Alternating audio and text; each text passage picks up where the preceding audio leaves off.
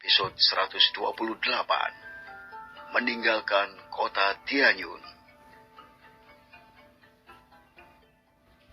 Dengan perubahan terbaru yang terjadi di kota Tianyun, patriark keluarga Luo, Luo Xian, harus mengungkapkan salah satu kartunya dan membuang umpan untuk keluarga King.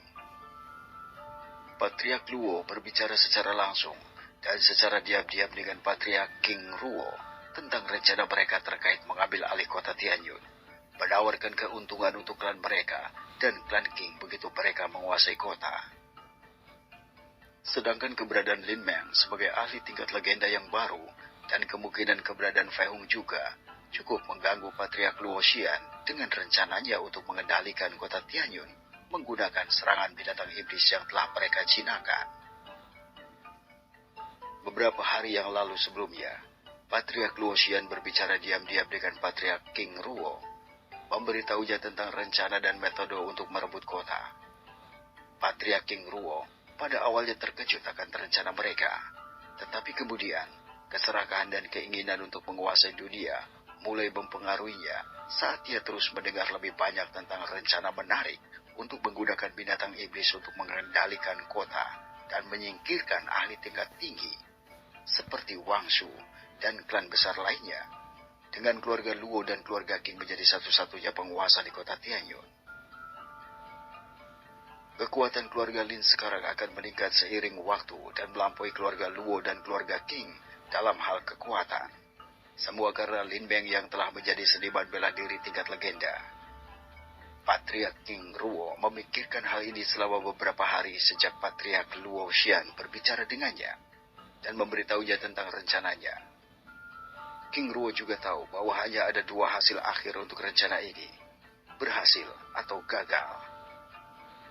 Jika rencana mereka berhasil, mereka akan menguasai kota.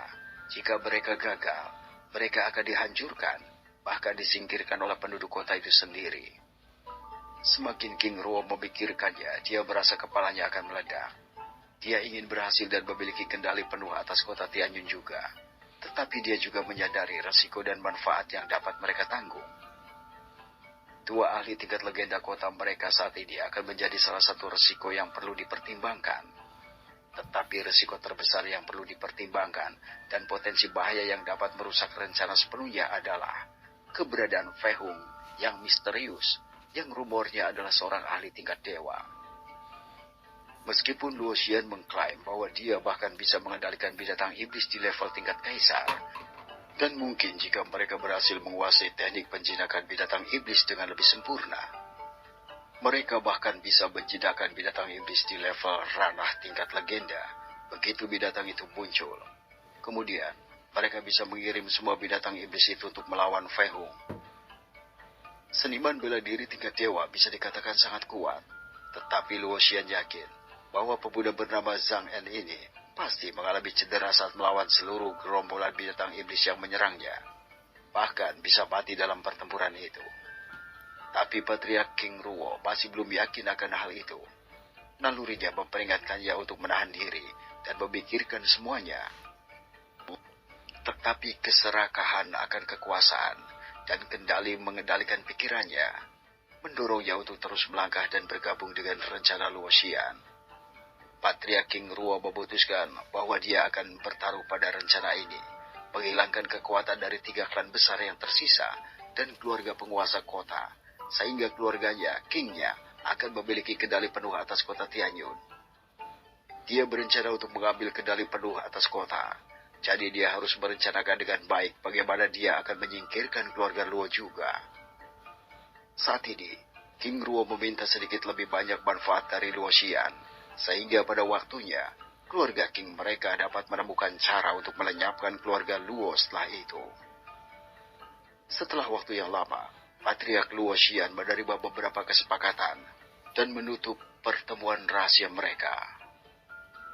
Sekarang, keluarga Luo dan keluarga King akan bekerja sama dalam rencana untuk mengambil alih kota Tianyun. Patriark, penguasa kota bertanya apakah kalian berdua telah siap untuk berangkat secara bersamaan sekaligus. Seorang penjaga masuk berlutut dan melaporkan pesan Wang Shu kepada mereka. Keluarga Luo dan keluarga King akan bergabung bersama dalam misi berburu dan memusnahkan binatang iblis. Itu sebabnya Patriark Luo Xian meminta untuk bergabung dengan keluarga King untuk bekerja sama. Baiklah, kita akan segera berangkat beberapa saat lagi untuk bergerak pergi juga. Patriark Luo Xian menanggapi dan penjaga itu lalu undur diri keluar dari tenda. Aku akan meminta anggota klan King untuk tidak mencoba melakukan apapun untuk menarik perhatian semua orang.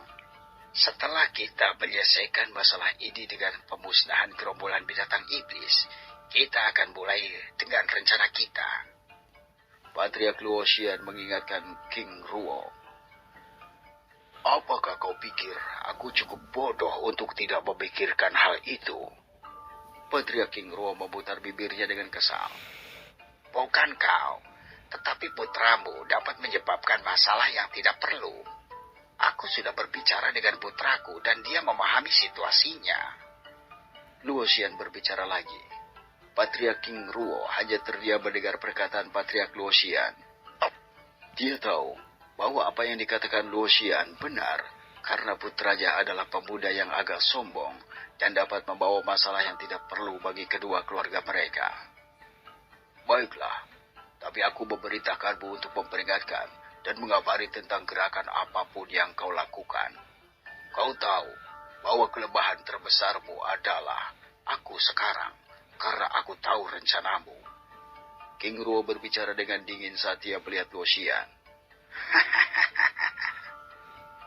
Luo Xian mulai tertawa, lalu menjawab. Tapi itu juga berarti kau terlibat dalam hal ini juga, karena kau mendukungku dan tidak mengungkapkannya sejak awal. Jadi, keluarga Luoku tidak akan menjadi satu-satunya yang terpengaruh. Luo Xian memiliki tatapan dingin dan wajah garang. King Ruo tidak mundur dan menatap lurus ke arah Luo Xian juga. Baiklah, aku akan memberitahumu. Luo Xian menghela nafas saat dia berbalik dan berdiri di depan sebuah meja kecil yang berisi beberapa catatan. Kami akan mencoba menggunakan kekuatan binatang iblis setelah kami keluar dari kota. Tapi kali ini, Luo Xian menoleh ke arah King Ruo dan berkata dengan tatapan membunuh. Tidak akan ada yang menghentikan bencana ini begitu kita mengerahkan binatang iblis di dalam kota Tianyun. King Ruo terkejut mendengar bahwa rencana mereka dimulai secara bersamaan setelah ini. Tetapi sekarang, tidak ada jalan untuk kembali. Kami akan menghancurkan area klan Lin, area klan Xin, area klan Zhang, dan bahkan area keluarga Wang. Kami akan mengirim binatang iblis ke sana setelah semua seniman bela diri kota Tianyun keluar dan jauh dari kota. Maka akan tidak ada dari klan itu yang bisa bertahan dan menahan serangan mendadak dari gerombolan iblis. Luo Xian berbicara lagi, memberitahu King Ruo sedikit. King Ruo menangkap semuanya dan mengangguk. Hati-hati dengan sumber daya dan properti milik klan kami. Kau tidak bisa menjadi orang yang terlalu pintar. Jangan khawatir, aku akan mengendalikan semuanya. Luo Xian menanggapi dengan sungguh-sungguh. King Ruo mengangguk dan pergi untuk menyelesaikan pengaturan tim yang terdiri dari keluarga Luo dan keluarga King dan segera pergi. Aku juga akan menyingkirkan keluargamu dengan baik. Pada akhirnya akan menyingkirkan kalian semua. Gumam Luo Xian ketika King Ruo benar-benar pergi. Senyum jahat ada di wajahnya. Luo Xian telah memberitahu King Ruo tentang rencana untuk menjadikannya sebagai sekutu. Tetapi pada akhirnya, Luo Xian juga berencana untuk menyingkirkan keluarga King. Jadi keluarga Luo akan memiliki kendali penuh atas seluruh kota Tianyun. Semua seniman bela diri mulai bertemu dalam kelompok dan anggota keluarga masing-masing.